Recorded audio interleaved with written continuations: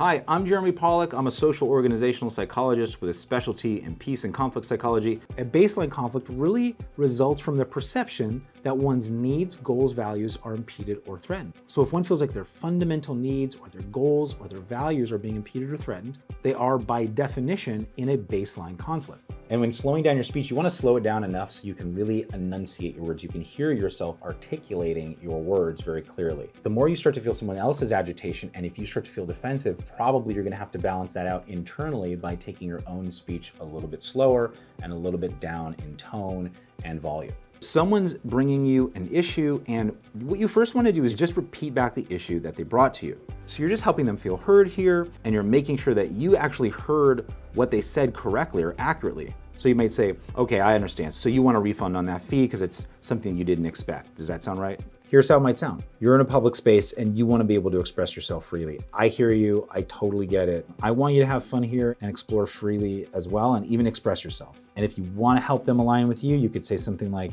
there are kids here and some folks listening to lectures, so we just ask people to kind of keep their voices to a minimum if possible.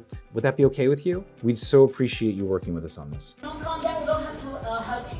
Just to let you know. Okay, fine. Refuse to. So the manager looks like she's trying to stay calm, but she is interrupting. She's trying to talk over the customer. Then she starts telling, if you don't calm down, and here's what's gonna happen. And giving those kind of ultimatums, it's probably just gonna escalate things further. This is again called pre-escalation strategizing.